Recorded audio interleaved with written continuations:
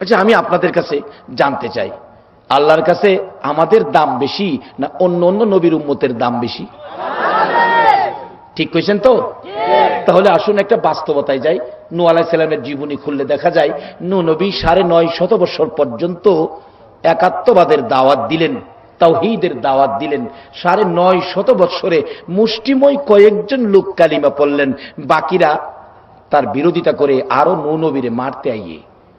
নূহ নবী বিরক্ত হয়ে বলে, আল্লাহ 950 বছর দিনের দাওয়াত দিলাম, তারা তো কথা শুনে না, আরো মারতে আইয়ে। আল্লাহ আপনি এই জাতি ধ্বংস করে দেন, এই পৃথিবী শেষ করে দেন।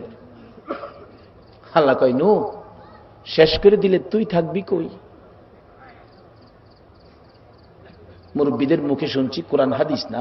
শিয়াল চিনেন আপনারা? শিয়াল আপনাদের এদিকে মনে হয় শিয়াল বেশি। শিয়াল যখন দিনের বেলা বাহির হয়, কাক আছে না, কাক, শিয়াল দেখলে আপনার কাকা কাকা করে, শিয়ালের হয় বিপদ।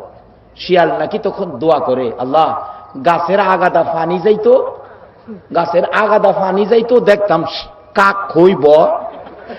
আচ্ছা, গাছের আগাদা পানি গেলে হের উপায় কি? এই চিন্তার কইরা কথা কয় না। নূহ নবীও কয়, আল্লাহ ধ্বংস করে দাও, শেষ করে দাও। আল্লাহ কয়, তুই থাকবি কই? প্রভু গো, আপনি আমারে বাঁচাবেন, তাইলে নৌকা বানাও। নৌকা বানাইছে। আল্লাহ বলছে, এই নৌকার মধ্যে যেদিন ঘূর্ণিঝড় সিডর আসবে, তুফান আসবে, পানি আসবে, যারা কালিমা পড়ছে তাদেরকে নিয়ে নৌকায় উঠবি, বাকি সব আমি শেষ করে দিব। নৌকা ব্যতীত, নৌকা ব্যতীত সব শেষ। যারা কালিমা পড়ছে অন্য অন্য প্রাণীর থেকে এক জোড়া করে নৌকায় রাখবি, আর সব শেষ। কিন্তু একজন বুড়ি খবর পেয়ে বলছে, কালিমা পড়নেওয়ালা, নূহ নবী আমি বুড়া মানুষ, বাবারে আমি মেয়ে মানুষ, বুড়া মানুষ, আমার তো মনে থাকে না, আমারে তুমি নৌকায় উঠায়ও যেদিন ঘূর্ণিঝড় সিডর তুফান পানি আসবে। যেদিন ঘূর্ণিঝড় এসে সমস্ত পৃথিবী ধ্বংস করে দিল, নূহ নবী বুড়িরে আনতে মনে নাই। সমস্ত পৃথিবী শেষ, এত পানি হয়েছিল। আপনারা মনে শ্রীপুরবাসী মনে বন্যার পানি দেখেন নাই। কিতাবে লেখে, যারা জীবনে বন্যার পানি দেখে নাই, ওই জায়গাতেও 40 ফুট পানি হইছে। এই সময় কিন্তু বন্যার থেকে আপনারাও বাঁচতে পারবেন না। 40 ফুট পানি হয়েছিল। এমনকি পানিটার স্থায়িত্ব ছিল পৃথিবী জুড়ে 40 দিন। 2 দিন পানির নিচে যদি আমরা হুতায়াত হয়, কি কন চিরামুড়ি লইয়া থাকতে পারবেন নিচে, ফুইল্লা বাইবেন। 40 দিন পর পানি শুকাইছে। কিতাব লেখে, আল্লাহ নির্দেশ করে ঘোষণা করে, ও নূহ বুড়িরে যেমন দেহি না, বুড়ি কই? নূহ নবী নৌকার দিকে তাকায় দেখে বুড়ি নাই। আল্লাহ গো, আমি সর্বনাশ করেছি, আমি একই কাজটা করলাম, আমি তো বুড়িরে আনি না, আমি ভুলে গেছি। আল্লাহ আমি ভুলে গেছি। আমার আল্লাহ ডাকে, নূরে তুই বুড়িরে ভুলে গেলি, আমি আল্লাহ বলতে পারলাম না। তালাশ করে দেখ বুড়ির অবস্থা কি। 40 দিন পানির নিচে সব তালাশ করে দেখত। নূহ নবীর উম্মতের লইয়া আল্লাহ কি মজার খেলা খেলে। আজকে আখিরি নবীর উম্মতের অধপতন কেন? যেই নবীর উম্মতের এত মর্যাদা দিয়েছেন আমার আল্লাহ কোরআন শরীফ, কুনতুম খায়রা উম্মাতিন উখরিজাত লিন-নাস। যেই নবীর উম্মত দেখলে বাকবাল্লুক পর্যন্ত সালাম দেয়, আজকে সেই নবীর উম্মতের অধপতন কেন? কেন আল্লাহ আমাদের পক্ষে আসে না? নূহ তালাশ করে দেখ বুড়ির খবর কি, একটু খোঁজ নিয়ে দেখ। নূহ নবী বলেন, প্রভু গো, সমস্ত পৃথিবী পানির নিচে 40 দিন পর্যন্ত আমি কই পাবো বুড়িকে? খুঁজে কই পাবো? তালাশ করে কি বুড়িরে পাওয়া যাবে? আল্লাহ বলেন, দেখো একটু তালাশ করে দেখো। আল্লাহর নির্দেশে নূহ আলাইহিস সালাম দৌড় দিলেন বুড়ির বাড়ি লক্ষ্য করে। কিছু দূর দৌড়াইয়া যাওয়ার পর নূহ নবী বলে, দূর থেকে দেখা যায় বুড়ির ঘরখানি এখনো আগের মতো রয়ে গেছে। নূহ নবী দৌড়ের গতি আরো বাড়াইলেন, দৌড়ের গতি আরো বাড়াইলেন। নূহ নবীর দৌড়ের গতি দেখে বুড়ি ঘরের ভিতর থেকে কাপড়ের গাঠুরি লইয়া বাহির হয়ে গেছে। হাত বাড়াইয়া ডাকে, নূহ নবী পানি কি আইতেছে? আল্লাহু আকবার বলুন। নবী নো পানি কি আইতেছে? তাহলে কি বোঝা যায় বুড়ি এখনো পানির খবর পাই না? নূহ নবীর উম্মতের নিয়ে যদি আমার আল্লাহ এত মজার খেলা খেলতে পারে, বলুন আখিরি নবীর উম্মতের খেলা আরো বড় হবে না ছোট হবে? কিন্তু নূহ নবীর উম্মত বুড়ি, একটা মেয়ে মানুষ। মাগো, তুমিও তো এই দরজায় যেতে পারো যদি আমার নবীর আদর্শের মালা গলায় পরো। নূহ নবী ডাকতেছে, বুড়ি বুড়ি, তুমি কি পানির খবর পাও নাই? বুড়ি বলেন, নূহ নবী কি কয়? পানির খবর, পানি আইলে কি আমি পানির খবর পাইতাম না? তুফান আইলে কি আমি পাইতাম না? নূহ নবী ডাকে, বুড়ি চারদিক তাকায় দেখ, কিছুই নাই, সব শেষ। বুড়ি তাকায় দেখে আসলে সব শেষ। বুড়ি দুইটা হাত বাড়াইয়া ডাকে, মাবুদ, মাবুদ গো, সারা পৃথিবী শেষ করে দিয়েছো। আমি বুড়ি এই ঘরের মধ্যে বসা ছিলাম, এখনো আমি বসে আছি। আমার আল্লাহ কয়, এরে নূহ, বুড়িরে জানাইয়া দে, বুড়ি আমার পক্ষে আসার কারণে সমস্ত পৃথিবী শেষ করে দিয়েছি। আমি আল্লাহর কুদরত লাগাইয়া 40 দিন পর্যন্ত পানির নিচে বুড়িকে হেফাজত করে রেখেছি। বলে দে, আমি আল্লাহ যাকে হেফাজত করি এমনিই রাখতে পারি। নূহ নবী বলেন, বুড়ি, সমস্ত পৃথিবী ধ্বংস হয়ে গেছে, তোমাকে আমার আল্লাহ হেফাজত করেছে। বুড়ি বলেন, নূহ নবী গো, সারা পৃথিবী পানিতে ধ্বংস হতে পারে, আল্লাহর কসম করে বলি, আমি বুড়ির চোখের সামনে এক ফোঁটা পানিও দেখি নাই। আমি আপনাদের কাছে জানতে চাই, নূহ নবীর উম্মতের দাম বেশি নাকি আখিরি নবীর উম্মতের দাম বেশি? নূহ নবীর উম্মতের যদি 40 দিন পর্যন্ত পানির নিচে বাঁচাইতে পারে, আখিরি নবীর উম্মতের কেন সাগরে ফালাইয়া মারে? মুসা আলাইহিস সালাম তুর পাহাড়ে যাইতেন আল্লাহর সাথে কথা বলার জন্য। একদিন এক হরিণী, জঙ্গলার হরিণ বাইরে খার রয়েছে। মুসা নবী আরি দে, হুজুর আপনি মুসা নবী, তুর পাহাড়ে যাবেন?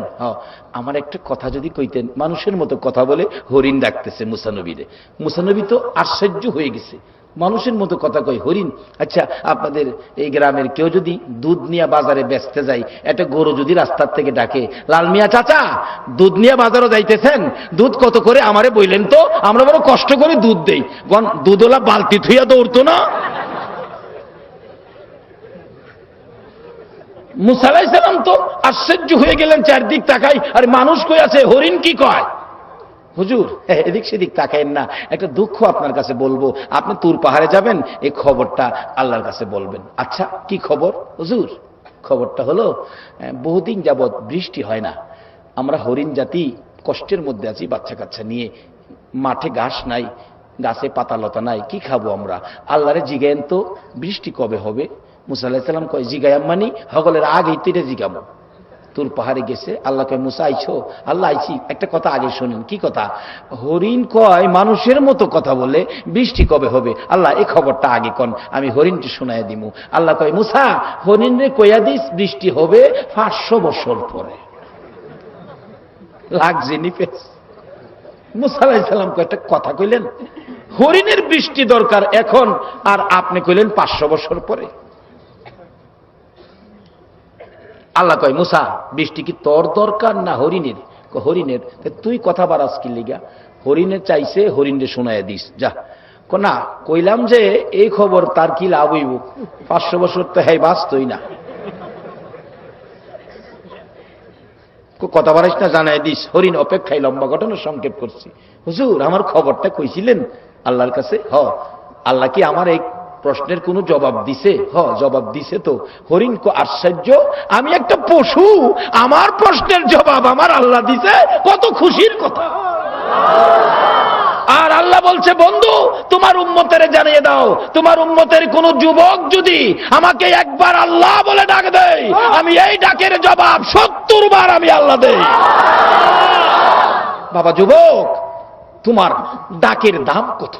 একটা যুবক যদি জীবনের গুনাহ নিয়ে আমার দিকে হাত বাড়ায় চোখের পানি ছাড়ে, এই হাতটা নবী রাসূলের হাতের মতো আমি কবুল করে নেই। ওখানে হাত আল্লাহর কাছে বাড়াইতো না, ঈদের নামাজ পড়াইয়া গাছের গুড়ি জংলার কিনারে ঠাস লইয়া বইব। এই রোগ আপনাদের শ্রীপুর আছে কিনা জানি না, আমাদের এলাকায় আছে। ও নবীর উম্মত, এই কষ্ট করে নবী তোমাদের জন্য এত সহজ তরিকা দিয়ে গেলেন, তুমি টাচ খেলতে, তোমার লজ্জা থাকা উচিত। উচিত কথা কইলে রাগ হইবেন আপনারা? রাগ হইলে কি বার দাওয়াত না দিবেন? মাতাব্বাইয়ের বাইত এমনি বেড়ায় যামগা কি বোনাইলে বাবারে।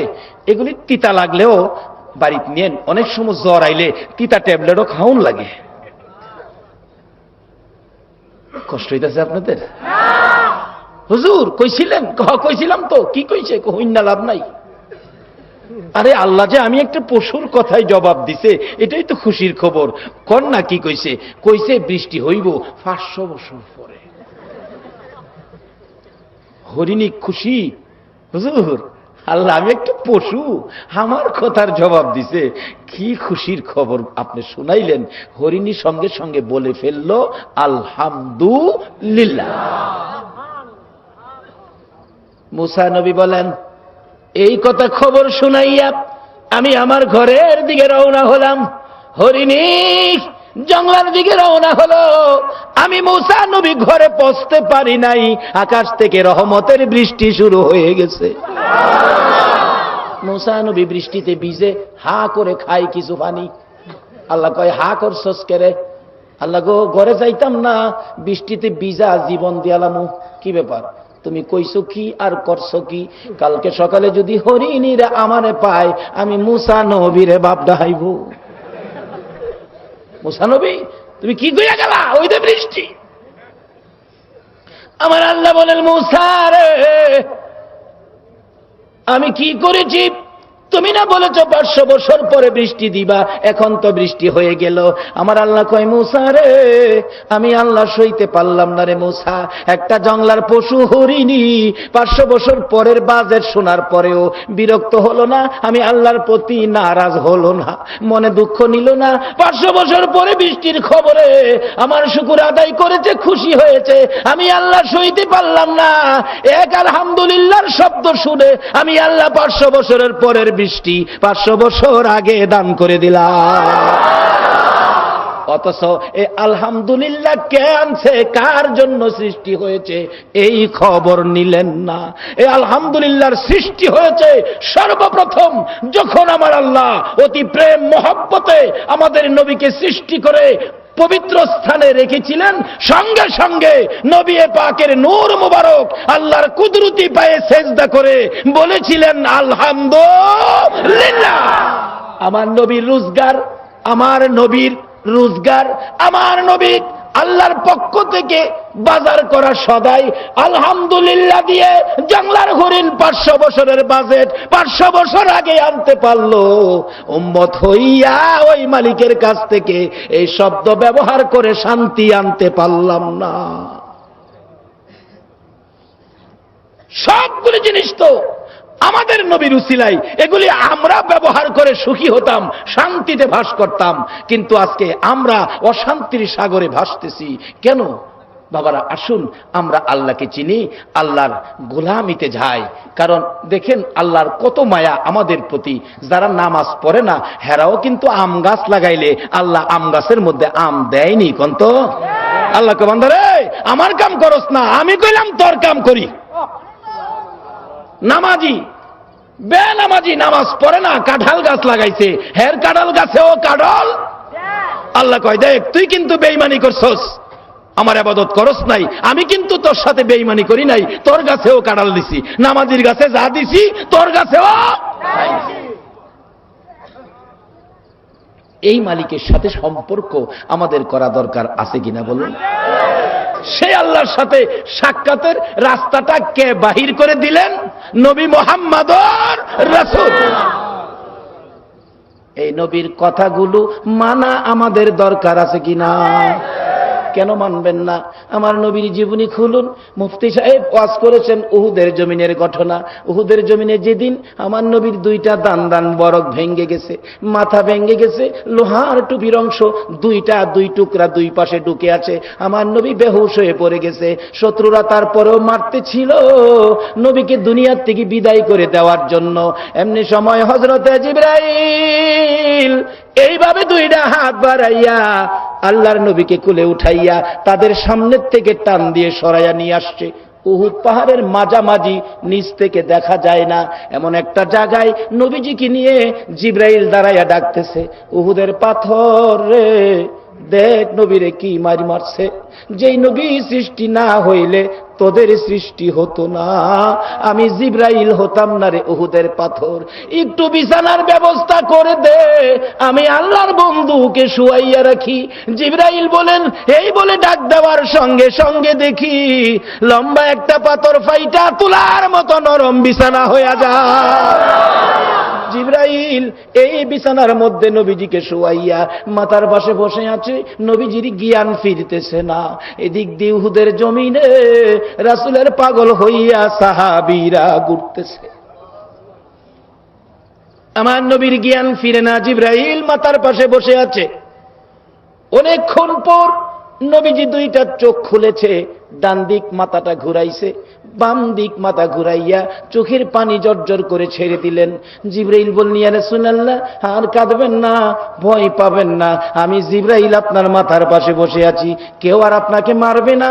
উহুদ পাহাড়ের মাঝামাঝি আপনাকে নিয়ে আসছি, দেখে না কেউ আপনার খোঁজ পায় না। আমার নবী ডাকে, জিবরাইল রে, আমার উম্মতের উপায় কি রে জিবরাইল? জিবরাইল বলেন, হুজুর এখন আর যুদ্ধ নাই, মারামারি নাই, আপনি চিন্তা করবেন না। উম্মতের চিন্তা আর কত করবেন গো, এখন আপনার নিজের চিন্তা করুন। হুজুর আমি জিবরাইল আপনার পাশে বসে আছি, বলুন দাঁত ভাঙ্গা ব্যথা কেমন লাগে, আমি আল্লাহর কাছে খবর পৌঁছাবো। হুজুর বলুন মাথা ভাঙ্গা ব্যথা কেমন লাগে, আমি জিবরাইল আমার আল্লাহর কাছে খবর পৌঁছাবো। আমার নবী বলেন, জিবরাইল রে, ও জিবরাইল, দাঁত ভাঙ্গা ব্যথার খবর জিগাইলি, মাথা ভাঙ্গা ব্যথার খবর জিগাইলি, আমার গুনাহগার উম্মতের খবর জিগাইলি না। জিবরাইল রে, দাঁত ভাঙ্গা ব্যথা মাথা ভাঙ্গা ব্যথার চাইতে আমার গুনাহগার উম্মতের ব্যথা বেশি। যেই নবী এত ব্যথায় ব্যতীত হওয়ার পরেও নিজের ব্যথা গোপন করে আপনাদের ব্যথা তুলে ধরে, এই নবীর কথা মানা আমাদের দরকার আছে কিনা?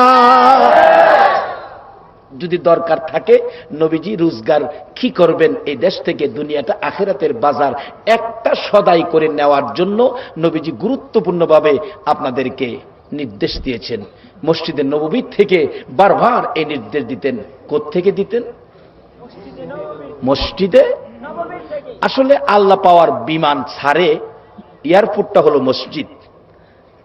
বাবা আল্লাহর সাথে সাক্ষাৎ করবেন, তাহলে আপনি 80 বছর হয়ে গেছে, জানগা মসজিদের বারিন্দায় ফজরের জামাতে শরীক হন।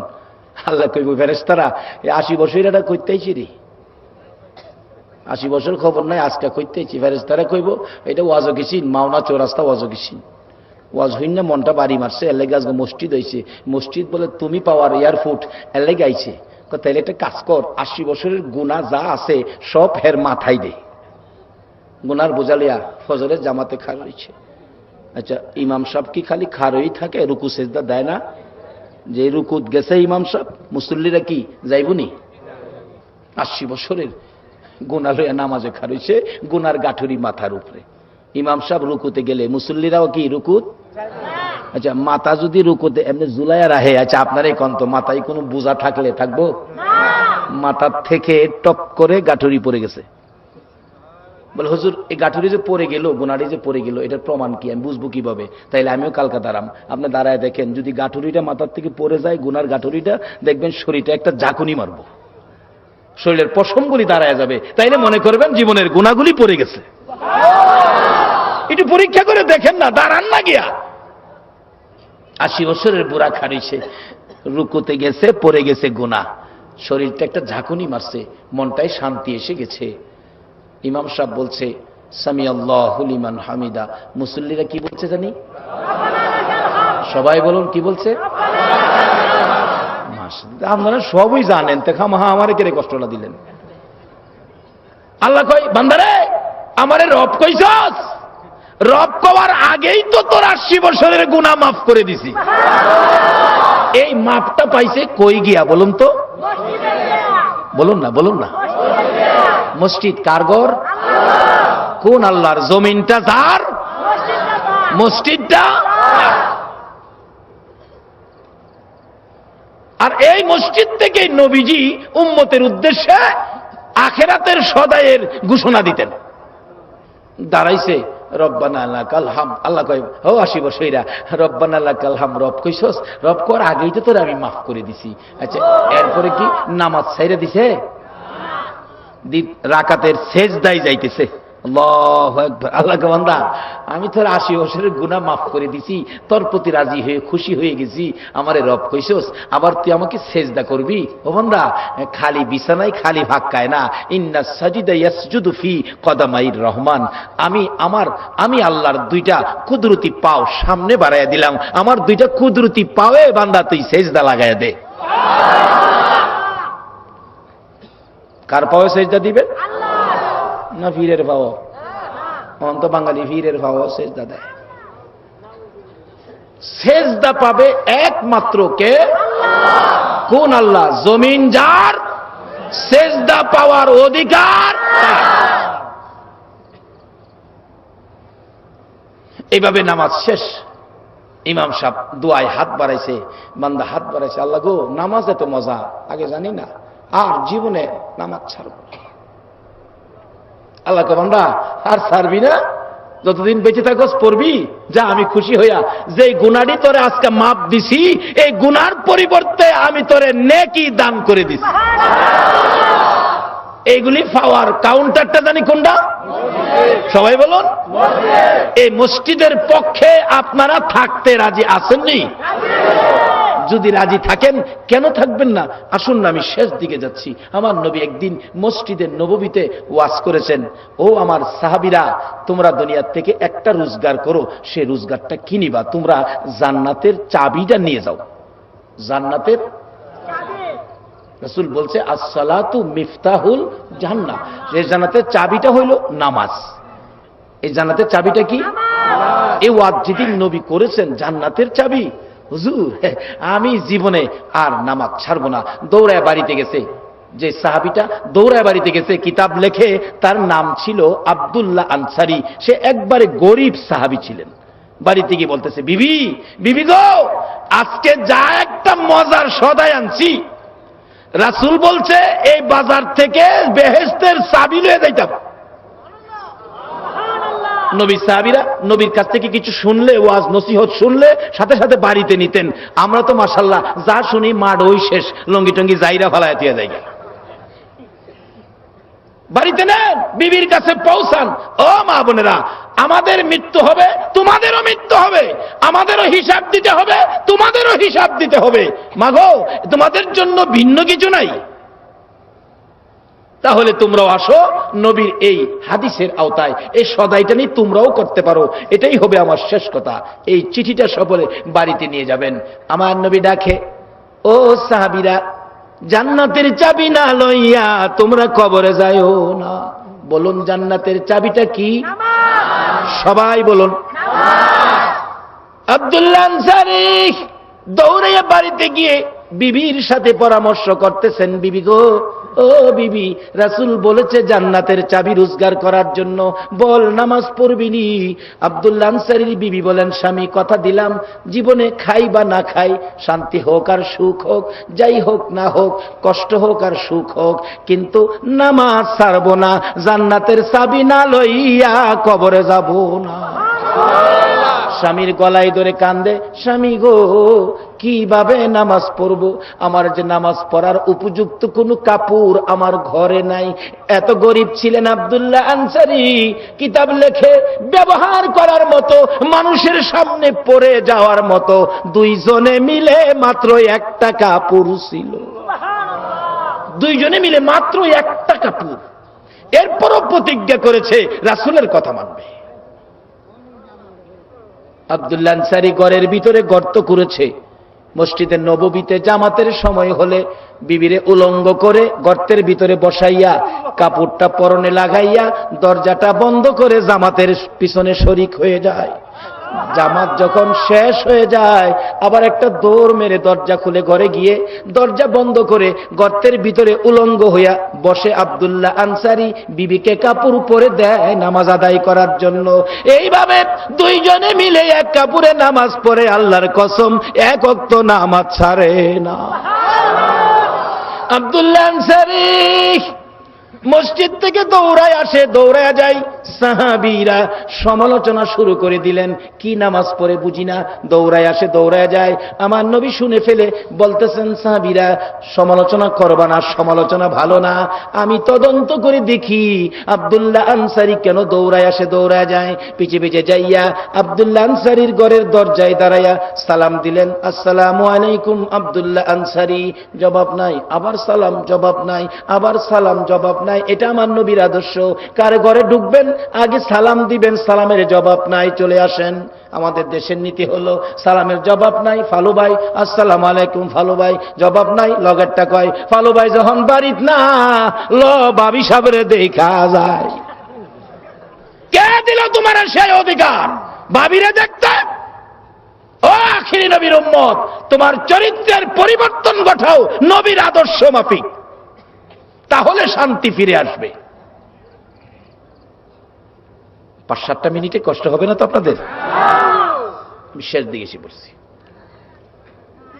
আমার নবী 3 বার সালাম দিলেন, জবাব পেলেন না, চলে আসতেছেন। আব্দুল্লাহ আনসারীর বিবি দৌড়াইয়া গর্তের ভিতরে নামছে, স্বামী গো, ও স্বামী, রাসূল চলে যায়, তুমি তাড়াতাড়ি সালামের জবাব দাও। কাপড়টা পরে দরজা খুলে পিছন দিয়ে যাইতেছে, এমন নবী চলে যায় রে যারে পিছন থেকে ডাক দেওয়া যায় না। যেই নবী ঘুমিয়ে থাকলে জিবরাইল পর্যন্ত গায়ে ধরে ধাক্কা দেওয়ার সাহস পায় না, এই নবীর উম্মত হইয়া কেন আজকে আমাদের দুর্যোগ? যাইতেছে, পিছনে যায় কিতাব লেখে পায়ের আওয়াজ বড় করে মারছে। নবী পিছনে চাইছে, হুজুর ওয়ালাইকুম সালাম, আমি আব্দুল্লাহ আনসারী, হুজুর মাফ করে দিয়েন, বেয়াদবি হয়েছে, ক্ষমা করে দিয়েন। আমার নবী ডাকে, আব্দুল্লাহ আনসারী রে, 3 বার সালাম দিলাম, জবাব দিলি না। হুজুর এমন এক পরিবেশে ছিলাম গো, রাসূলের সালামের জবাব দেওয়ার উপযুক্ত না। হুজুর কেন আসছিলেন? এরে আব্দুল্লাহ আনসারী, তুমি মসজিদে দৌড়ায় যাই, দৌড়ায় আসো। জি হুজুর, কারণ কি? হুজুর ক্ষমা করে দিয়েন, যেদিন আপনি বলেছেন দুনিয়ার থেকে জান্নাতের চাবি রোজগার করে নেওয়ার জন্য, এদিন থেকে আমি আর আমার বিবি দুইজনে মিলে জান্নাতের চাবি নামাজ আদায় করি। হুজুর আদায় করতে যাইয়া কষ্ট লাগে গো নবী, দুইজনে মিলে মাত্র আমাদের একটা কাপড় আছে, এক কাপড়ে নামাজ পড়তে কষ্ট হয়, দৌড়ায় আসতে হয় গো নবী, কিভাবে পড়ো এক কাপড়ে নামাজ? হুজুর আমি ঘরের ভিতর গর্ত করেছি, মসজিদে নববীতে জামাতের সময় হলে বিবিকে বসাইয়া আমি নামাজে যাই, উলঙ্গ করে বিবিরে গর্তের ভিতরে রাখি, আবার শেষ হলে দৌড়ায় এসে কাপড়টা খুলে বিবিকে দেই, বিবি পরে নামাজ পড়ে, আমি উলঙ্গ হইয়া গর্তের ভিতরে বসে থাকি। হুজুর এইভাবেই আপনার হুকুম, আপনার নির্দেশ, আপনার দেওয়া এই চিঠি আমল করি, এক ওয়াক্ত নামাজ আমরা ছাড়ি না। আপনি যখন সালাম দিতেন আমি উলঙ্গ ছিলাম, নবীর সালামের জবাব দেওয়ার পরিবেশ ছিল না। হুজুর দুঃখ নিয়েন না, মনে ক্ষমা করে দেন, মাফ করে দেন। আমার নবী বলেন, এইভাবেই এক কাপড়ে দুইজনে নামাজ পড়ো। জি হুজুর, দেখি তোমাদের গর্তটা শরীয়ত মাইনা নেয় কিনা। দরজাটা খুলে দিলে রাসূল বলেন, বাহির থেকে তাকাইয়া দেখি এত গভীর গর্ত, মানুষ আছে কি নাই বোঝা যায় না, মেয়ে না পুরুষ তাও ধরা যায় না। আমার নবী বাহির থেকে বলে, আব্দুল্লাহ আনসারী রে, আমি রাসূল বলে দিলাম তোরা দুইজনের জান্নাতের চাবি রোজগার হয়ে গেছে। রে বাবারা ভাইরা, এমন রোজগারের সার্টিফিকেট না লইয়া এদের সাইরা সাদা কাফন পইরা অন্ধকার কবরে যাইও না। নবী খুশি, খুশি হলাম, এইভাবে কষ্ট করে পড়ো। আর আমাদের বাংলাদেশে সুগেজ ভর্তি কাপড়, নামাজ পড়ে না। মাগো, যেই ঘরে সুকেস কাপড় দিয়ে বসছো, যেই ঘরে রঙের শাড়ি পরে বউ হয়ে ঢুকছো, এই ঘর থেকে তোমাকে সাদা কাফনটা দিয়ে বিদায় দিবে, সুকেস থেকে একটা কাপড়ও দিবে না।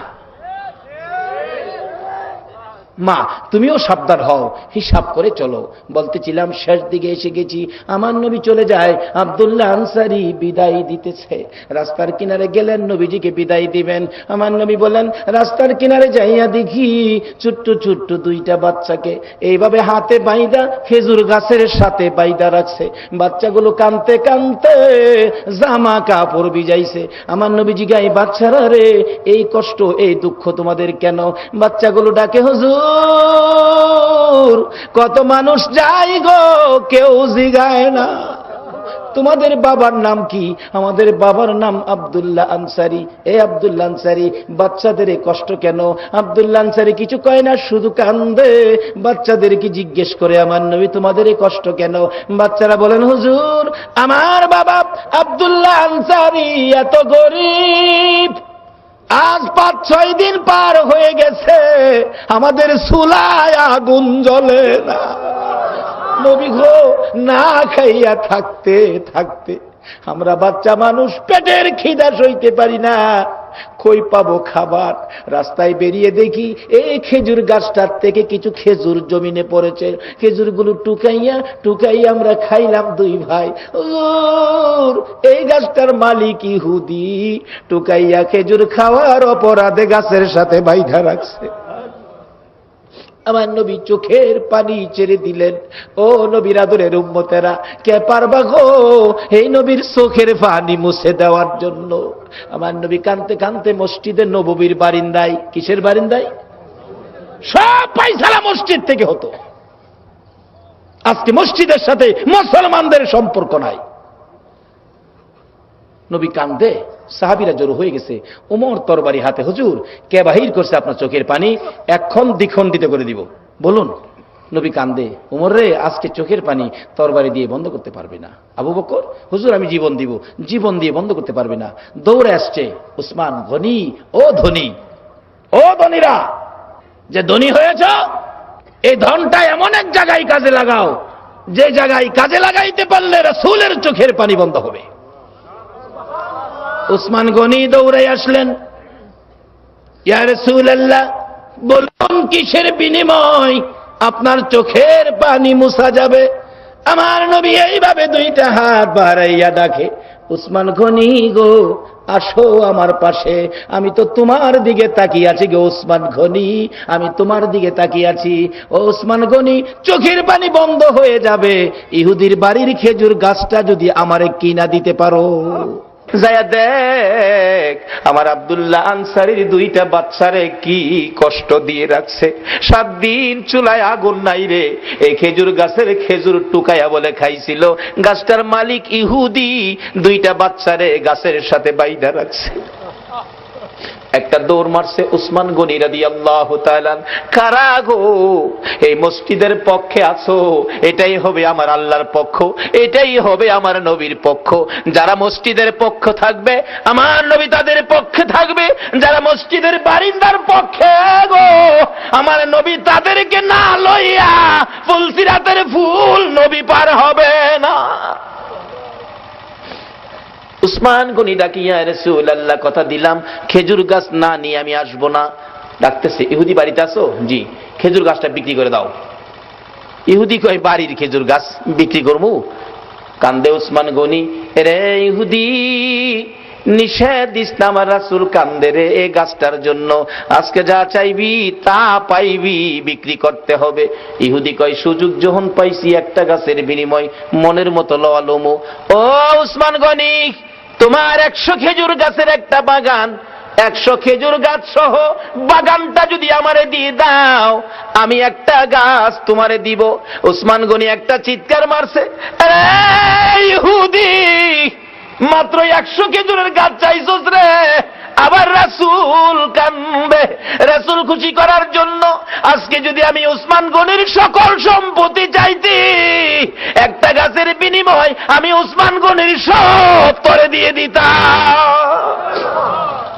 ও বাবারা ভাইরা, এই রাসূল খুশি করার জন্য সকল সম্পত্তি দিয়ে উসমান গনি একটা খেজুরের গাছের দলিল নিতে রাজি। ইহুদি বলেন 100 গাছ দিলেই হবে। 100 গাছের দলিল দিলেন উসমান গনি, একটা গাছের দলিল দিলেন ইহুদি। এই দলিল নিয়ে রাসূলের সামনে হাজির। আমার নবী চোখের পানি জর্জর করে ছেড়ে দিলেন, উসমান গনি রে, আমি কথা দিলাম রে, তোরে না লইয়া আমি নবী জান্নাতে যাব না। বাবারা ভাইয়েরা, এই নবীর কথা কার কাছে ভালো লাগে? কে নবীর পক্ষে থাকতে রাজি? মসজিদ আল্লাহ খুশির ঘর, মসজিদ আল্লাহ পাওয়ার ঘর, মসজিদ জান্নাত পাওয়ার ঘর, মসজিদ গুনাহ মাফের ঘর। এই আদর্শটা নিয়ে বেরিয়ে যাও বাবা যুবকের দল। আল্লাহ কবুল করুন, সকলে বলুন আমিন। আমি একটা দোয়া চাই আপনাদের কাছে। আমি দোয়া হলো, কারণ বেঁচে তো থাকবো না, একদিন তো বিদায় হতে হবে। আমি একটা মাদ্রাসা করেছি, দাখিল মাদ্রাসা, যেটা বোর্ডের আওতায়, মাদ্রাসা বোর্ডের আওতায়। মাদ্রাসাটা জানুয়ারির 1 তারিখ থেকে আমি স্টার্ট করছি। আজকে এটার কাগজপত্র সব জমা দিয়েছি, সরকারের ঘরও আমার মাদ্রাসার নামটা উঠায় থিয়েছি। দোয়া করবেন এই প্রতিষ্ঠানের যেন কিয়ামত পর্যন্ত থাকে। আমি সোনাকান্দা, কুমিল্লা সোনাকান্দার মুরিদ, এখানে আল্লাহর ওলি বানানো হয়, যাতে আমার এই প্রতিষ্ঠান থেকে আল্লাহওয়ালা, আল্লাহর ওলি যেন বেরিয়ে যায়। আল্লাহ যেন এই আদর্শ নিয়ে লেখাপড়া করতে পারে, সেই তৌফিক যেন আল্লাহ সকলকে দান করেন, সেই দোয়াটা আপনারা করবেন। আমার ক্যাসেট মাওনা চৌরাস্তা থেকে আসছে ক্যাসেট করার জন্য, ওনাকে অনুমোদন দেওয়া আছে, কাগজে অনুমোদন দেওয়া। জনাব মাহতাব ভাই, ওনার আব্বা তাবলিগ জামাতের বড় একজন কর্মী ছিলেন, বড় একজন কর্মী ছিলেন, আজকে দুনিয়ায় নাই। আল্লাহ যেন ওনাকে মাফ করে জান্নাতের ফায়সালা দেন। সকলে বলুন আমিন। আসুন আমরা দোয়ার প্রস্তুতি নেই। আস্তাগফিরুল্লাহ রাব্বি মিন কুল্লি যামবিন ওয়া আতুবু ইলাইহি লা হাওলা ওয়ালা কুওয়াতা ইল্লা বিল্লাহিল আলিয়্যিল আযীম। মুহাব্বতে দরুদ শরীফ পড়ুন, এখন দোয়া হয়ে যাবে। আল্লাহুম্মা সাল্লি মাওলানা মুহাম্মদ ওয়া আলা আলি সাইয়্যিদিনা মাওলানা মুহাম্মদ। আল্লাহুম্মা সাইয়্যিদিনা মাওলানা মুহাম্মদ ওয়া আলা আলি সাইয়্যিদিনা মাওলানা বলগল উলা বিকামালিহি কাশাফাত দুজা বিজামালিহি হাসনাত জামিউ খিসালিহি সাল্লু আলাইহি ওয়া আলিহি। সবাই দোয়া শরীক হন। আল্লাহুম্মা আমিন, আল্লাহুম্মা আমিন। ডাক দেন না, আল্লাহুম্মা আমিন। ربنا ظلمنا أنفسنا وإن لم تغفر لنا وترحمنا لنكونن من الخاسرين رب ارحمهما كما ربياني صغيرا। রব্বুল আলামিন জান্নাতের বাগানে বসে জান্নাতি মেহমান লইয়া অতি আদর করে যেই জাতি বানাইছো, তোমার আদরের বান্দা লইয়া হাত বাড়াইছি। মউত জানি দুনিয়ায় থাকবো না, তারপরেও শয়তানের দুকাই পড়ে, দুনিয়ার মায়াই পড়ে কত গুনাহ করেছি, তুমি ছাড়া কেউ জানে না গো আল্লাহ। আমিন।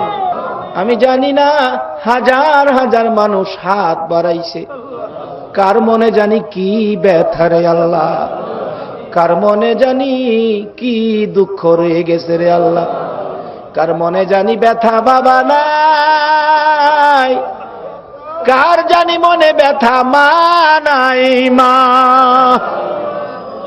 মাবুদ রে, যেই বাবা কত আদর করত, মাতার গাম পাতাই পড়ত, রাত্রে রে বাবা দিন বানাইয়া পরিশ্রম করে সন্তানের লালন পালন করেছে।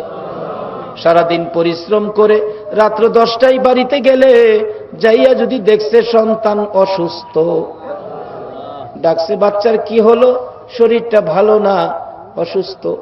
বাবা সারা দিনের ক্লান্তির কথা ভুলে গিয়ে সন্তানের কোলে লইয়া ডাক্তারের বাড়িতে দৌড় মারছে।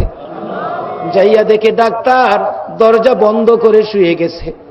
বাবা দরজায় দাঁড়ায়া ডাকে, ডাক্তার সাহেব দরজা খুলো, আমার আদরের সন্তানের শরীর ভালো না। ডাক্তার বলেন শুয়ে গেছি, এখন উঠতে পারবো না। বাবা দরজায় দাঁড়ায়া দাঁড়ায়া চোখের পানি ছেড়ে ছেড়ে ডাকে, ডাক্তার রে তোমার দুইটা পায়ে ধরি রে ডাক্তার, দরজাটা খুইলা দেখো আমার বাবার শরীর ভালো না। এই বাবার কুলে কত প্রস্রাব পায়খানা করছি রে আল্লাহ। এই বাবা হারা কে জানি দুইটা হাত বাড়াইছে। ওই মা, মা গো মা, মা হারা কে জানি হাত বাড়াইছে রে আল্লাহ। যে মা ছোটকালে সন্তান কত বিরক্ত করছে, বিছনায় প্রস্রাব করছি, বিছনায় পায়খানা করছি, মা কাজের ফাঁকে ফাঁকে সবগুলো পরিষ্কার করছে। সন্তান যখন বড় হয়ে গেছে, দুইটা টাকা মায়ের কাছে চাইছে। মা যদি টাকা না দিছে, সন্তানে লাথি মাইরা গ্লাসের সুকেসের গ্লাস ভাঙ্গা ফেলাইছে, লাথি মাইরা তরকারির পাতিল ফালাইছে। যতই পাতিল ফালাই গ্লাস ভাঙ্গে, মা দি পিছে পিছে যাইয়া বাবা বাবা কইয়া ডাকে। আবার দুইটা টাকা চাইছে, মা যদি টাকা না দিছে, মার কাপড়ে ধরে ধরে টানছে।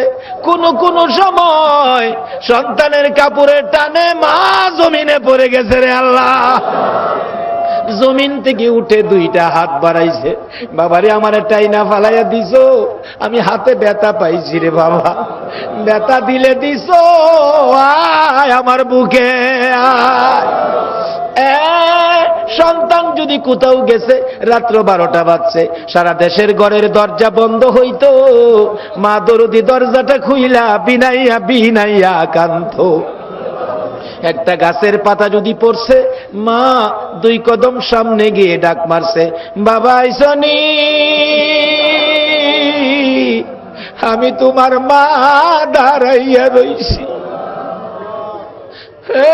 বাবারা ভাইরা, বাড়ির দিকে তাকাইয়া দেখো না, যে আম গাছের তলে মা দাঁড়াইয়া থাকতো, এই আম গাছটাই আছে রে, মা জানি কার নাই রে আল্লাহ। মায়ের অভাবী, বাবার অভাবী যারা হাত বাড়াইছে গো আল্লাহ, আর দেরি করো না, এই মুহূর্তে ওই সকল মা বাবার কবরগুলো জান্নাতের বাগান বানাইয়া দাও। আমিন। আল্লাহ ছোটকালে অসুস্থ হয়েছিলাম, মাদ্রাসায় ভর্তি হওয়ার পর বাড়িতে এসে গেছি, জ্বর ছাড়ে না, রাত্রে ঘুম আসে না চোখে, ভাই বোনেরা সবাই ঘুমায়, আমার বাবাও ঘুমায়, খালি একটা মানুষ ঘুমায় না রে, আমার মা দরদি। মাথার পাশে বসে থাকে, একটু পরে পরে জিগাই, মা সবাই ঘুমায়, তুমি কেন ঘুমাও না গো মা? মা বলেন, বাবারে তোমার চোখে ঘুম না আসলে আমি মার চোখে ঘুম আসে না রে বাবা। মা সারা রাত যদি না ঘুমায়া থাকো, দিনের বেলা সংসারের কাম কেমনে করবা? আমার মা কান্দে, বাবারে তোমার কষ্ট দেখে আমার চোখে ঘুম আসে না। মাঝে মাঝে দেখি দুইটা হাত বাড়ায় আমার মা ডাকতো, মৌত, আমার ছেলেরে জীবন ভিক্ষা দাও গো আল্লাহ। যেই মা বাবা সন্তানের বিপদে তোমার কাছে জীবন ভিক্ষা চাইতো, এই মা বাবা যার কবরে তোমার জান্নাত ভিক্ষা চাই গো আল্লাহ। ডাকতেন না আল্লাহ, ইয়া আল্লাহ, ওই সকল মা বাবার কবরগুলো জান্নাতের বাগান বানাইয়া দাও। আল্লাহ খাস করে মাহতাব্বাইয়ের বাবার খবর তুমি জান্নাতের বাগান বানাইয়া দাও। এই গ্রামের জমিনের নিচে যত মুমিন মুমিনাত ঘুমিয়ে আছে, সকলের কবর জান্নাতের বাগান বানাইয়া দাও। মাবুদ গো, এই মাহফিলের আয়োজন যারা করেছে, টাকা পয়সা দিয়ে, সাহায্য সহযোগিতা দিয়ে, দূর দূরান্ত থেকে যারা মাহফিলে আসছে তাদের বংশধর যারা কবরে, সকলের কবর জান্নাতের বাগান বানায়া দাও। ইয়া আল্লাহ, আমাদের মধ্যে যারা বিমার শেফা করে দাও। আল্লাহ গো, আমার ছোট্ট ছেলের খবর আসছে, গলায় কাটা লাগছে, কাঁদতেছে বাচ্চাটা, টেলিফোন করেছে। মাবুদ গো, ওষুধ নিয়েছি, হোমিওপ্যাথি ওষুধ এখান থেকে। আল্লাহ গো, আমার ছেলেটার গলার কাটা দূর করে দাও গো আল্লাহ। বাচ্চা মানুষ কষ্ট দিও না, তুমি রহম করো আজকের মাহফিলের উসিলায়। এইভাবে যাদেরকে ছেলে মেয়ে দিয়েছ সকলের ছেলে মেয়েদেরকে সুস্থ রাখো, নেক হায়াত বাড়াইয়া মা বাবার কলিজা ঠান্ডা রাখো গো আল্লাহ। আল্লাহ, আমিও গলা ভেঙে গেছে, অসুস্থ পর্যায়ে প্রায়। আল্লাহ গো, এই মানুষের হাতে পায়ের উসিলায় আমাকে সুস্থ করে নেক হায়াত দাও গো আল্লাহ। লোকেরা বসে থাকে, যদি সুস্থ না রাখো কেমনে যাবো গো আল্লাহ? যাইতে না পারলে লোকেরা কষ্ট পায়। আল্লাহ গো, আমার দ্বারা যাতে কাউ কষ্ট না হয়, আমাকে সুস্থ করে নেক হায়াত বাড়াইয়া জায়গায় জায়গায় সহি সালামতে যাওয়ার তৌফিক দাও গো আল্লাহ। আমাদের মধ্যে যারা নামাজি, নামাজ কবুল করে লও। যারা নামাজ পড়ে না, নামাজের বুঝ দান করে দাও। যারা অভাবী অভাব দূর করে দাও আল্লাহ। যারা ব্যবসা করে ব্যবসায় বরকত দাও। যারা চাকরি করে পদোন্নতি দান করে দাও। যারা গৃহস্থী করে জমির ফসলে বরকত দাও। যারা বিদেশ থাকে সহি সালামতে রাখো। যারা বিদেশ যাবে মনের আশা পুরা করে দাও আল্লাহ। শিল্প ও কারখানার ভাইদেরকে তুমি হায়াত বাড়িয়ে দাও। শ্রমিক ভাইদেরকে সহি সালামতে রাখো আল্লাহ গো। যাদের ছেলে মেয়ে আছে ছেলে মেয়েদেরকে নেক হায়াত দাও। অকালে মৃত্যু দিও না, মা বাবার কলিজায় আগুন জ্বালাইও না। ছেলে মেয়েদের মুখে এতিমের দাগ লাগাইও না। ছেলে মেয়েদের মা বাবার হায়াত বাড়াইয়া দাও। ইয়া আল্লাহ, এক ভাই দোয়া চাইলেন, আল্লাহ গো তার নেক বাসনা তুমি পূরণ করে দাও। মাবুদ গো, এইভাবে যাদের মনে যে আশা আছে সকলের মনের আশা তুমি পুরা করে দাও গো আল্লাহ। রব্বানা তাকাব্বাল মিন্না ইন্নাকা আনতাস সামিউল আলিম ওয়া তুব আলাইনা ইয়া মাওলানা ইন্নাকা আনতাত তাওয়াবুর রহিম। ওয়া সাল্লাল্লাহু তাআলা আলা খায়রি খালকিহি মুহাম্মাদিন ওয়া আলা আলিহি ওয়া আসহাবিহি আজমাইন বিহাক্কি লা ইলাহা ইল্লাল্লাহু মুহাম্মাদুর রাসূলুল্লাহ।